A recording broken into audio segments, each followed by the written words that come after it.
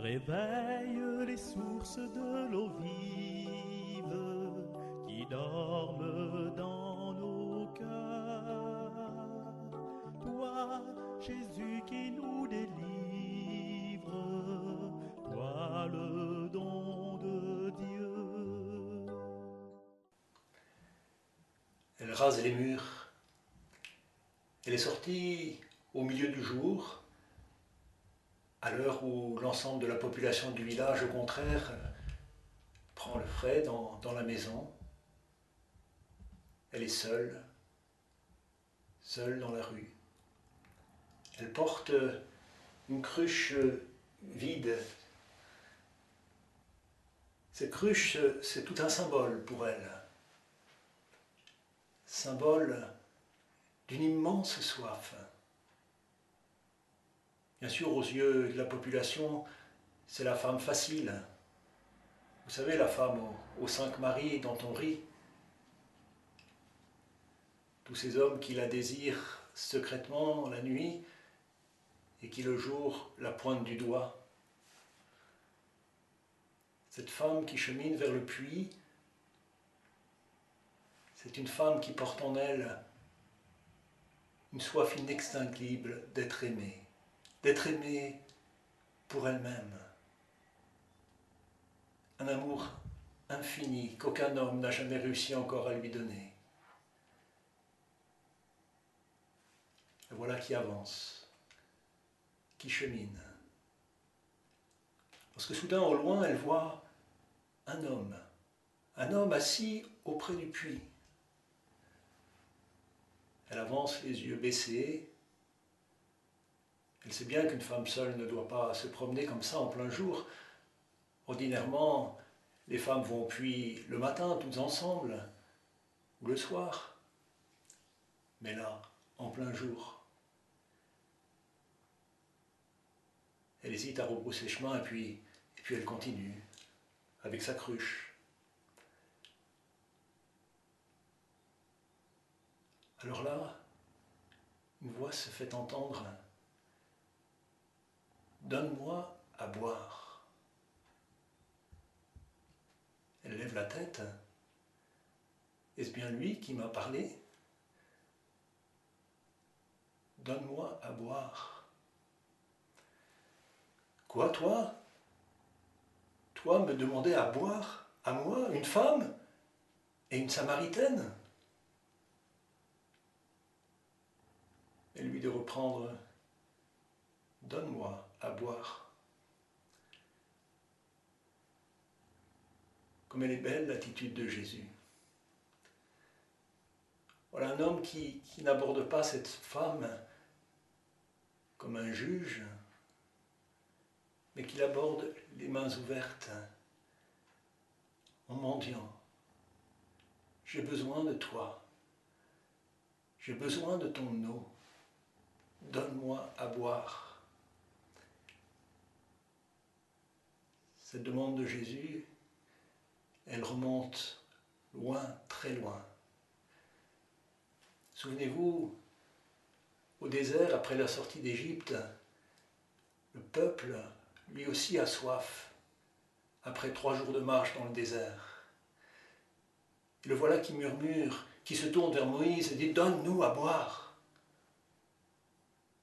Ainsi donc, Jésus reprend la soif de tout un peuple. La soif de Jésus, c'est aussi la nôtre.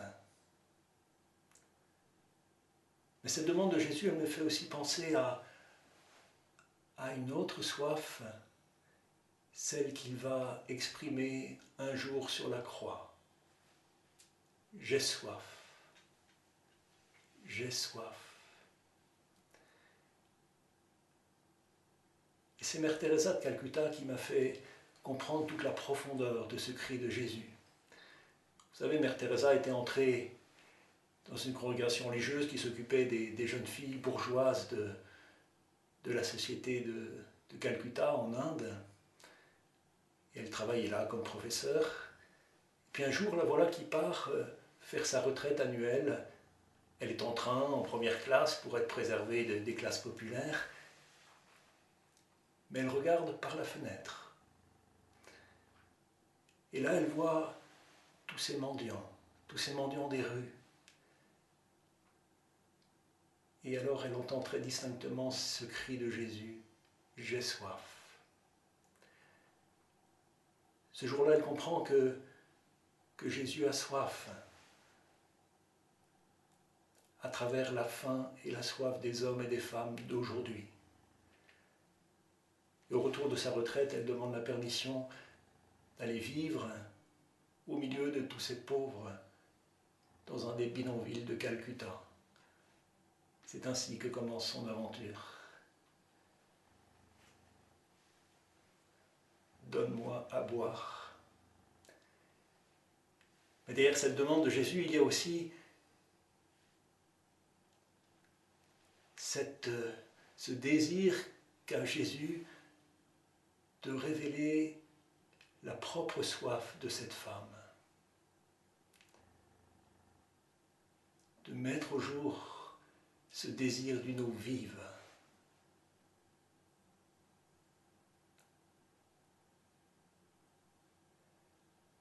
Alors la femme, comme on va le voir dans tout le récit, a bien du mal à entrer dans cette attente profonde de Jésus. Alors elle lui demande, mais comment irais-tu puiser de l'eau?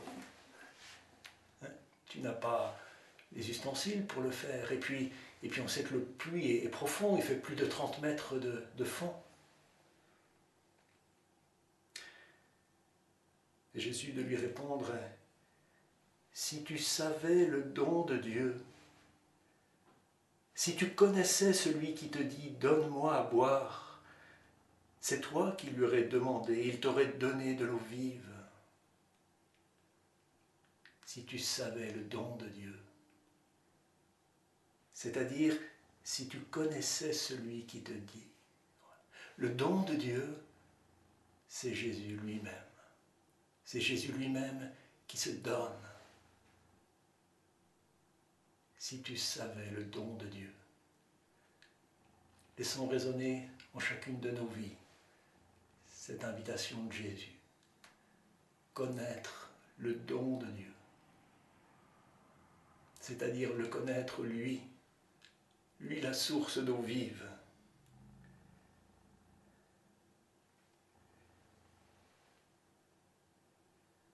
Alors la femme la demande cette eau. Donne-la-moi cette eau, que je n'ai plus soif, que je n'ai plus à venir ici pour puiser.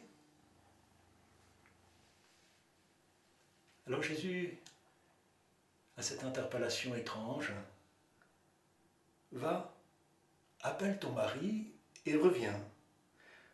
La femme répliqua, je n'ai pas de mari.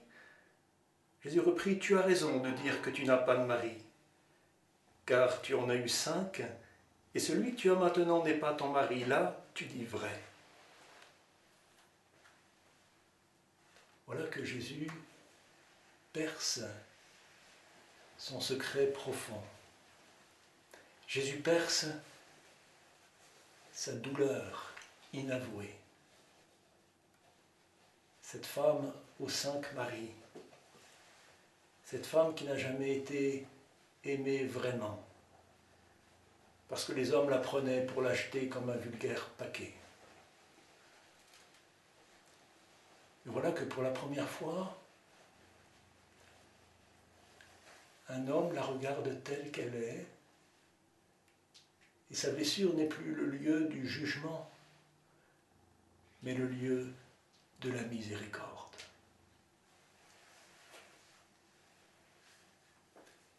Jésus la regarde non pour la juger, mais pour la sauver.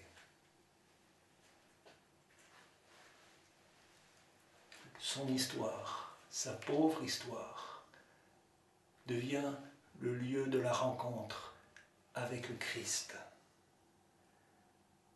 Et ses yeux commencent à s'ouvrir sur l'identité de ce Jésus qui lui parle. Seigneur, je le vois, tu es un prophète. Alors explique-moi, Vos pères ont adoré Dieu sur la montagne qui est là. Vous les Juifs, vous dites que le lieu où il faut adorer est à Jérusalem. Cette femme nous dit son désir profond d'adorer Dieu, de connaître Dieu. Et voilà le sommet de ce passage. Femme, crois-moi, l'heure vient où vous n'irez plus sur cette montagne ni à Jérusalem pour adorer le Père. L'heure vient, et c'est maintenant, où les vrais adorateurs adoreront le Père en esprit et en vérité. Ceux qui l'adorent, c'est en esprit et vérité qu'ils doivent l'adorer.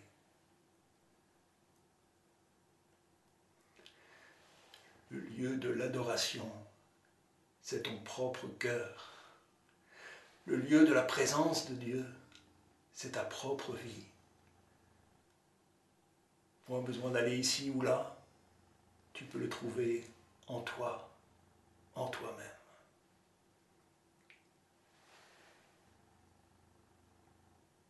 Alors la femme de répondre, je sais qu'il vient, le Messie, celui qu'on appelle Christ.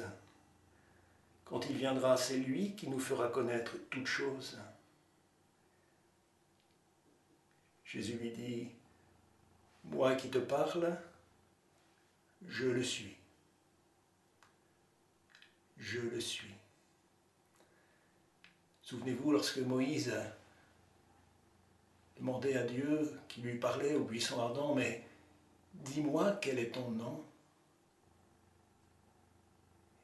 Et Dieu lui avait répondu, je suis qui je suis.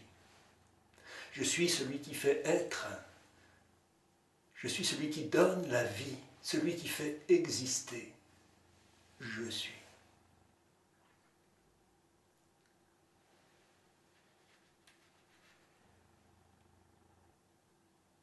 Et voilà les disciples qui reviennent. Ils étaient allés faire quelques courses. Et la femme laisse là sa cruche et court au village. Et la voilà qui devient apôtre. Apôtre de ce Jésus qu'elle a rencontré vivant. Venez voir un homme qui m'a dit tout ce que j'ai fait. Ne serait-il pas le Messie? Un homme qui m'a dit tout ce que j'ai fait. Oui, en méditant ce texte, je pensais à tous les délateurs que l'on trouve sur les réseaux sociaux aujourd'hui. On a vite fait d'étaler la vie privée des uns et des autres, des hommes publics, de dire tout ce qu'ils font pour mieux les écraser. Est-ce bien de cela qu'il s'agit ici dans l'Évangile? Certainement pas. Il m'a dit tout ce que j'ai fait. Non pas pour enfermer cette femme dans son histoire, dans son passé, mais au contraire pour l'en libérer. Parce qu'alors son histoire devient une histoire sainte, une histoire visitée par le Christ.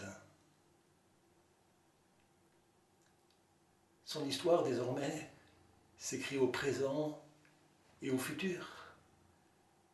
Jésus lui ouvre un avenir. Elle a désensablé la source en elle. Et l'eau vive coule en torrent jaillissant.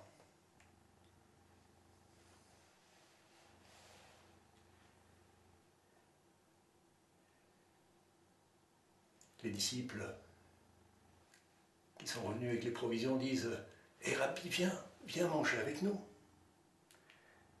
Mais il leur fait cette réponse étrange « Pour moi, j'ai de quoi manger. C'est une nourriture que vous ne connaissez pas. Ma nourriture, c'est de faire la volonté de celui qui m'a envoyé et d'accomplir son œuvre. »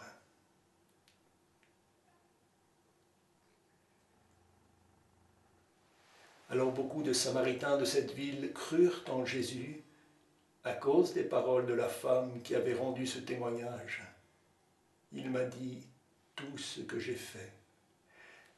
Lorsqu'ils arrivèrent auprès de lui, ils l'invitèrent à demeurer chez eux. Ils l'invitèrent à demeurer chez eux. N'est-ce pas finalement l'invitation que nous fait cet évangile aujourd'hui? Inviter Jésus à demeurer chez moi. Parce que c'est là, dans ma propre vie, que j'ai à l'adorer en esprit et en vérité. Si tu savais le don de Dieu. Réveille les sources